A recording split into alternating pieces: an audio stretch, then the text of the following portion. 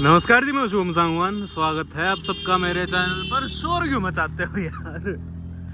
Sunday की सुबह और अपनी XUV 500 के साथ बहुत समय बाद हम हाजिर हैं, प्रस्तुत है। कल ही जो है गाड़ी वापस घर आई है। पापा काम में इतने व्यस्त रहते हैं कि मैं इस गाड़ी को चला ही नहीं पाता।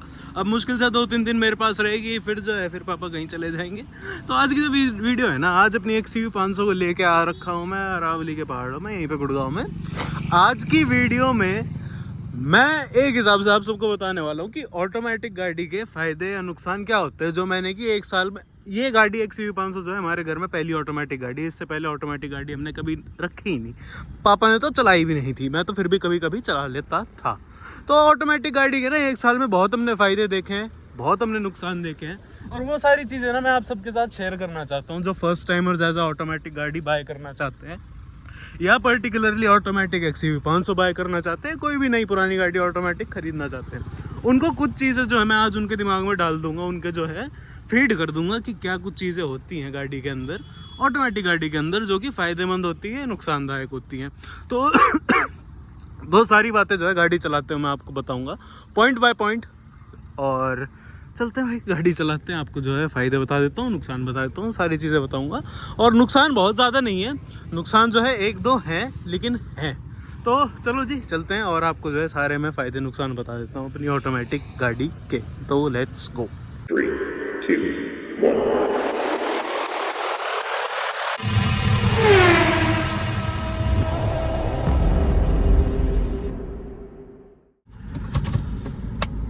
तो अब जैसे मैंने आपको बताया, 4 फ़ायदे बताऊंगा और 4 नुकसान बताऊंगा कि ऑटोमेटिक गाड़ी में जो मैंने एक साल में फील करा है। देखो, और मैंने जो है ना अभी पॉइंट डाउन करा है 4 पॉजिटिव साइड इसकी और 4 नेगेटिव साइड। तो सबसे पहले ना मैं इसके पॉजिटिव पे चलता हूँ, ताकि मूड आप लोगों का पहले यूँ ना लगे कि एकदम ही XUV की खड़ी बेइज्जती करने लग गया है आदमी।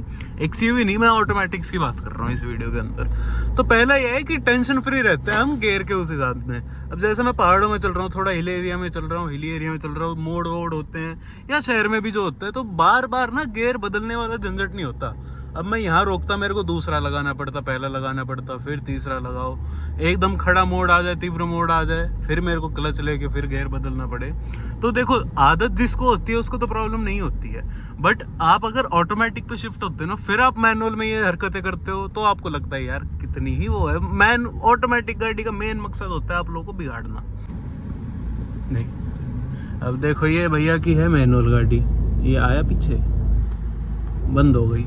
यही है, ऑटोमेटिक गाड़ी बंद नहीं होगी कभी। आप कहीं खड़ी कर लोगे, बिल्कुल ही खड़े ब्रेक मार लोगे, उठाने वाला सिस्टम होता नहीं, कभी रुकेगी नहीं है गाड़ी, कभी बंद नहीं होगी। तो पहला मतलब मेन पॉइंट मेरा ये था, जैसे पहाड़ों में चल रहे हैं, शहर में चल रहे हैं, तो बार बार ना गियर बदलने वाला सिस्टम होता नहीं है। आप आदत के ऊपर है, मैनुअल है, आप शुरू से मैनुअल चला रहे हो, एकदम ऑटोमेटिक पे शिफ्ट हो गया, आपको लगेगा हाँ मज़े आ रहे हैं। वापस मैनुअल पे शिफ्ट हो गया, आपको लगेगा कि मैनुअल गाड़ी थोड़ी होती है। तो ऑटोमेटिक बंदा जो एक बार ले लेता है ना, उसको मैनुअल में इतने मज़े नहीं आते हैं। और ऐसे ही tension free, hassle free system के साथ जो है, मैंने दूसरा पॉइंट यहाँ पर आपको बता देता हूँ, हिल डिसेंट कंट्रोल वाला। हिल डिसेंट कंट्रोल देखो मोस्ट गाड़ियों में आता है, अगर मैं SUVs की बात करूँ या जो भी ऊंची गाड़ी होती है इनके अंदर आता है। मैनुअल गाड़ी में होता है, आप वो एक्टिव करो या ना करो। मान लो मैंने 1% आपने एक्टिवेट नहीं कर रखा वो, तो आप कहीं चढ़ाई पे खड़े हुए हो, ऑटोमेटिक गाड़ी में ये आपने खड़े हो, चढ़ाई है, आप गाड़ी लेके खड़े हुए हो, आप ब्रेक छोड़ोगे ना, गाड़ी पीछे नहीं जाएगी। मैनुअल में ये होता है गाड़ी पीछे चली जाती है, ब्रेक छोड़ोगे पीछे आएगी, हैंड ब्रेक खींच के गाड़ी उठाने वाला सीन हो जाता है। तो वो ना एक हिसाब से वो भी एक टेंशन फ्री चीज़ हो जाती है कि हाँ जी, अब जो है पहाड़ों में हम चल रहे हैं या कहीं ऊंचाई है, ढलान है, तो आप ब्रेक मारोगे, गाड़ी आगे पीछे नहीं जाएगी, गाड़ी वहीं खड़ी रहेगी। आप जब पंजा दोगे तो गाड़ी होगी रेडी टू मूव। तो ये ना एक और तगड़ा पॉइंट है इस चीज़ का, ऑटोमेटिक गाड़ी का, कि आप अगर पहाड़ों में चला रहे हो ना, तो बहुत मज़ेदार चीज़ होती है ये। इसमें तो मैं बोलूँगा कि हाँ, ऑटोमेटिक में ये चीज़ तो ज़रूर होती है। तो ऐसा करता हूँ, अब जाम में है तो जाम में जो है एक जाम वाला पॉइंट भी आपके सामने रख देता हूँ, जो कि मेरा एक तीसरा पॉइंट है बहुत तगड़े वाला। अब जैसे मैं ट्रैफिक जाम में हूँ, मेरे को अगर गाड़ी न्यूट्रल पे रखनी है या मेरे को फर्स्ट गियर लगा के रखना है, मैं जाम में हूँ, मेरे को क्लच पे पैर टेक के रखना पड़ेगा। तो जैसे मैं आपको जाम वाला पॉइंट समझा रहा था, मैं ऐसे हूँ तो मैं यहाँ ब्रेक छोड़ूंगा ना, मेरी गाड़ी अपने आप आगे आगे बढ़ने लगी, मैं ब्रेक मारूंगा तो गाड़ी खड़ी हो जाएगी। मैं इस चीज़ में ना मेरे को बिल्कुल जोर लेने की ज़रूरत नहीं पड़ेगी। भाई टायर मत चढ़ा दिए गाड़ी के ऊपर, बाकी ठीक है, लेके तो घूम रहा है तू। अब मैं ब्रेक छोड़ रहा हूँ, मेरे को वो नहीं है क्लच छोड़ के फिर रेस दूं फिर ब्रेक लूं, 3 वही एक पेडल मेरा माइनस हो गया है। क्लच जब होता है तो क्लच पे आप जब वजन रखते हो ना, तो वो चीज़ 19-20 होती रहती है, डगमगाती रहती है। आपको कभी पैर छूट जाए, गाड़ी एकदम से डग करके पंच के अंदर मैं किक कर दूं, कुछ भी हो जाए XYZ चीज़। ये देख भिड़ेगी, बच गए। कोई नहीं भाई, ले ले तुम, मैं तो फिर वैक्स करवा लूँगा गाड़ी का, चल पड़े। तो वही अगला पॉइंट यही था कि जाम में होते हैं और बहुत इजी रहता है आपको ट्रैफिक में गाड़ी चलाना, ऑटोमेटिक बहुत आसान रहता है। ये एक और तगड़ा फ़ायदा है इस गाड़ी का। देखो पहाड़ों में चल रहा हूँ, अपने आप गियर बदल रहे हो ना, क्लच दे के फिर ऐसे रगड़ूँ, गियर करूँ, फिर मैं ब्रेकर आ जाएगा, फिर मेरे को जो है वापस रोकनी पड़ेगी, फिर गियर बदलना पड़ेगा, फिर पिक करके फिर गियर बदलना पड़ेगा। आदत क्यों हो ना। अब जैसे हमने कभी ऑटोमेटिक गाड़ी नहीं चलाई थी तो हमने 2.5 लाख किलोमीटर चला दी वो मैनुअल XUV 500 बहुत आराम से। तो इसी तरीके से अब मैं आपको ले चलता हूँ अगले पॉइंट के ऊपर। और जैसे मैंने इस पॉइंट में आपको बताया था कि हम जो है ट्रैफिक की बात कर रहे हैं। ट्रैफिक होता है भाई शहर के अंदर, तो शहर के अंदर ऑटोमेटिक गाड़ी चलाना एक हिसाब से बहुत बड़ा प्रिविलेज होता है। शहर के अंदर आप गियर शिफ्टिंग ना करनी पड़ती है रेगुलरली। कभी ट्रैफिक स्लो है, कभी गाड़ियाँ तेज़ चल रही है, कभी आराम से चल रही है, कभी लाल बत्ती आ गई, कभी स्पीड ब्रेकर आ गया, तो 2 पेडल के ऊपर ना आपको खेलना पड़ता है। कई लोगों का यूँ वहम होता है, मिथ होता है कि जो हमेशा से मैनुअल चलाते हैं उनको लगता है ऑटोमेटिक गाड़ी चलाना मुश्किल होता है। स्कूटी चलानी आती है, स्कूटी वो वाला काम होता है ऑटोमेटिक गाड़ी का। आपको जो है पंजा संभालना है, आपको जो है ब्रेक संभालना है, आपको जो है स्टीयरिंग संभालना है। चौथी चीज़ का आपको सोचना ही नहीं कि मेरे को गियर कब बदलने हैं, मेरे को क्लच कब लेना है, मैं क्लच अब लूँ, मैं पहले क्लच लूँ या ब्रेक मारूँ, या पहले ब्रेक मारूँ फिर क्लच मारूँ। तो वो वाली सारी जो चीज़ें हैं ना, वो वाली चीज़ें कट जाती है इसके अंदर। तो फ़ायदे तो मैंने आपको 4 बता दिए, इससे ज़्यादा मेरे को ना कोई बहुत तगड़ा फ़ायदा लगा नहीं इस गाड़ी का। कम्फर्ट ही बढ़ता है, आपकी ड्राइविंग ईजी हो जाती है। कोई भी नया बंदा है इमरजेंसी में जिसको गाड़ी बहुत ज़्यादा चलानी नहीं आती, वो जो है कभी इमरजेंसी हुई तो ऑटोमेटिक गाड़ी चला सकता है। बहुत तगड़ा है, बहुत बड़ी बात नहीं है ऑटोमेटिक गाड़ी चलानी। और मतलब वही है यार, नुकसान जो इसके बेसिक नुकसान मेरे को लगे ना, नुकसान मेरे को ज़्यादा खटके इस गाड़ी के। अब 4 जो है नुकसान मैंने वो भी नोट डाउन कर रखे जो मेरे को 1 साल में इस गाड़ी के अंदर फील हुए। क्योंकि जैसे मैंने आपको बताया, कभी हमने ऑटोमेटिक गाड़ी रखी ही नहीं, पहली ऑटोमेटिक गाड़ी थी। और 1 साल का जो होने वाला है, अब 3-4 दिन में इस गाड़ी को 1 साल हो जाएंगे, तो प्रॉपर 1 साल का जो मेरा एक्सपीरियंस रहा है उसके भी एक पर्टिकुलर अलग वीडियो मैं आप सबके सामने लाऊंगा। और अब आ जाता हूँ मैं इसके नेगेटिव पॉइंट्स के ऊपर। तो सबसे तगड़ा नेगेटिव जो मेरे को लगा, या सबसे तगड़ा नेगेटिव जो पापा को लगा एक्चुअली इस गाड़ी को चलाने में, mileage. Manual XUV 500 versus automatic XUV 500। देखो अब जो है ना, अब जो ऑटोमेटिक गाड़ियाँ उनकी जो है रिफाइनमेंट अलग हो चुकी है, उनकी जो है टेक्निक अलग हो चुकी है, सब कुछ जो है technical specifications automatic gear box की अब अलग हो रखी हैं। तो ऑटोमेटिक XUV मैनुअल XUV से 3 किलोमीटर प्रति लीटर की जो है माइलेज कम देती है।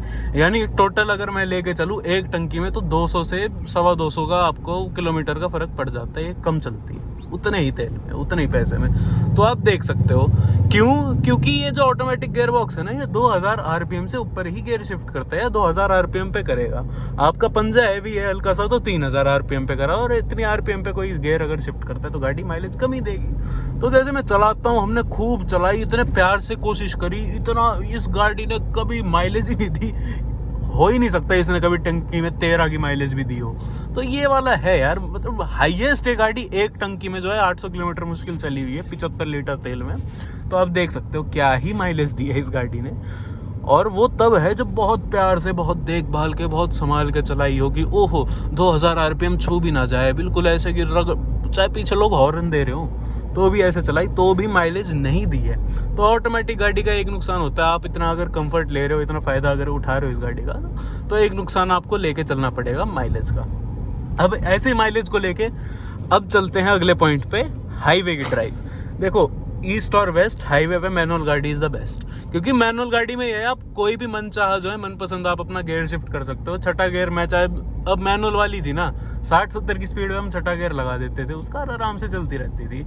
लॉन्ग क्रूज पे ना गियर शिफ्टिंग अगर अपने हाथ पे हो तो उसकी कोई वो नहीं है। अब इसका जो गियर है ना छठा गियर, वो 80 के ऊपर लगेगा, 80 पे भी नहीं लगता, 80 का 81-82 होगा, स्पीड की बात कर रहा हूँ, तो ही लगेगा, उससे पहले वो गियर नहीं लगेगा। तो हाईवे पे ये होता है, आपको अगर माइलेज चाहिए, यूँ लगता है देखो हाईवे पे आपको चाहिए गाड़ी जो एकदम काम रहे, कंपोज रहे, ज़्यादा भैं भैं पैं पे ना करे। और डीजल गाड़ी का ये होता है कि 2000 आरपीएम के ऊपर जो है गाड़ी थोड़ी थोड़ी आवाज़ करने लगती है, तो आपको 80 से ऊपर ही चलानी पड़ेगी अगर आपको इसका छठा गियर प्राप्त करना है। अगर 80 पे भी चलाओगे तो 5वें गियर पे रहेगी और 2000 आरपीएम से ऊपर रहेगी। तो एक नेगेटिव ये है कि हाईवे की जो ड्राइव है ना ऑटोमेटिक की, मेरे को इतनी मज़ेदार नहीं लगती जितनी मैनुअल की होती है। हाईवे पे मैनुअल गाड़ी जितने मज़े नहीं देती कोई। अब मैनुअल गाड़ी की मैं बात कर रहा हूँ, एक मैं पॉइंट और एक्स्ट्रा करूँगा, मैं इनको 5 पॉइंट लेके चलूँगा। ऑफ रोडिंग में मेरे को ऑटोमेटिक गाड़ी बिल्कुल कामयाब नहीं लगती। अपनी पुरानी XUV 500 थी, वो मैनुअल थी, ये ऑटोमेटिक है। दोनों को मैं सेम उस पर लेके गया हूँ, जहाँ जो है एक पहाड़ी सी, मतलब थोड़ी बहुत ही ऊबड़ खाबड़ रास्ता है। XUV 500 जो अपनी मैनुअल वाली थी ना पुरानी, वो गाड़ी वहाँ क्लच में उठ के चली गई थी। इस गाड़ी का मैं पूरा पंजा दे दूँ ना, ये बिना पंजे ऑटोमेटिक गाड़ी चलती ही नहीं। आप अगर इसको ब्रेक छोड़ोगे ये 5 की स्पीड पे चलेगी। टॉर्क जो होता है ना मैनुअल गाड़ी जितना कंटेन करके रखती है, जितना अपना समा के रखती है ना टॉर्क मैनुअल गाड़ी, उतना ऑटोमेटिक गाड़ी कभी नहीं रख पाती। तो फायदे नुकसान यार अपने बराबर जो है उसके अंदर बटे रहते हैं। अब अगला जो है ना, अगला तगड़ा नुकसान, इसका जो फाइनल नुकसान मैं गिनूंगा वो मैं आप सबको बता देता हूँ बंदर। तो अगला जो है ना, अगला नुकसान मैं आपको बता देता हूँ, गाड़ी हमेशा हाई आरपीएम पे रहती है। ऑटोमेटिक गाड़ी बिना पंजे के नहीं चलती है। मैनुअल गाड़ी जो है आप क्लच में उठा के उसको, मैं चाहे सारे दिन तुम बोलो ना क्लच में चला, बिना पंजा दिए वो गाड़ी क्लच में चल सकती है। तो ये होता है आरपीएम जो है ना उसकी 2000 नीचे से आपके हाथ में रहती है कि या 2000 से नीचे रखो। हम चाहे पहाड़ों में भी चलाए, हाईवे पे भी चलाए, हल्का सा इसका पंजा ज़्यादा दे देंगे ना, आरपीएम ऐसे रहती है। मैं इसको पहाड़ों में लेके गया था, हम ऋषिकेश मसूरी जब घूमने गए थे, तब ना देखो गाड़ी ने कंफर्ट दिया, गाड़ी ने टेंशन नहीं दी कि बार बार गियर बदलना पड़ रहा है, कोई XYZ चीज़ है। बट था यार कि भैं पंजा दो और 3000 आरपीएम सीधा पहुंच जाए।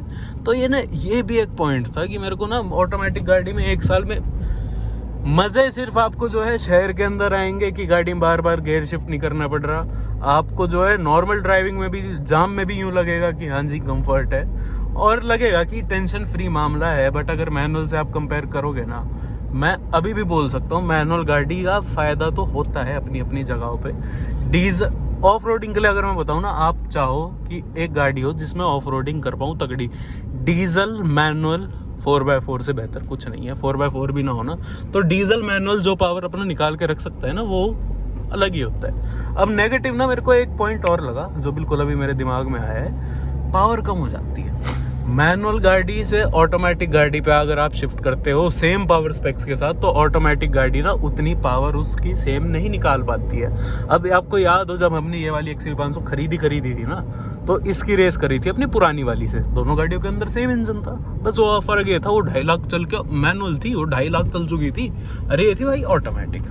दोनों की रेस करी ना, इसने बहुत तगड़ी हार झेली थी उस गाड़ी आगे। मैं खुद यूँ था शॉक्ड कि यार ऐसे कैसे हो सकता है, ये गाड़ी तो तेज़ है। तो टॉर्क कन्वर्टर गियर बॉक्स हो तो टॉर्क कन्वर्टर जो है टॉर्क थोड़ा पी जाता है गाड़ी का, या कोई भी ऑटोमेटिक गियर बॉक्स हो ना, मैनुअल जितनी पावर वो नहीं निकाल सकता। बीट DCT, बीट CVT या कोई भी XYZ हो, वो हाई आरपीएम पे CVT का ये है, तुम हाई आरपीएम पे खींच के लेके जाओगे ना तो वो पावर जो है थोड़ी और निकाल के देती है। हाई एंड उसका अच्छा होता है, वो पेट्रोल में ही होती है सिर्फ। डीजल में मोस्ट जो है DCT भी क्या, मैं तो यही कहूँगा कि टॉर्क कन्वर्टर गियर बॉक्स सबसे ज़्यादा आते हैं डीजल गाड़ियों के अंदर। तो इसमें यही है, आपकी टॉर्क जो है मैनुअल के हिसाब में थोड़ी कम निकालती है, पावर थोड़ी ज़्यादा खा जाती है। तो यही कुछ पॉइंट थे जो मैंने पिछले 1 साल में ऑटोमेटिक गाड़ी के अंदर मैंने जो है नोटिस करे कि हाँ भाई ये जो चीज़ें हैं ये नुकसानदायक या फ़ायदेदायक है। फ़ायदा है गाड़ी का, आपको कंफर्ट जो है बहुत अलग लेवल का बढ़ जाता है। बट नुकसान भी मेरे को कुछ ज़्यादा लगे, फ़ायदे से ज़्यादा इस गाड़ी के मेरे को नुकसान लगे ऑटोमेटिक के। तो कई चीज़ होती है, अगर आप बिल्कुल कार इंथुजियास्ट हो, बिल्कुल आपको यूँ है कि हाँ जी गाड़ी के बारे में A to Z आपको सारी चीज़ें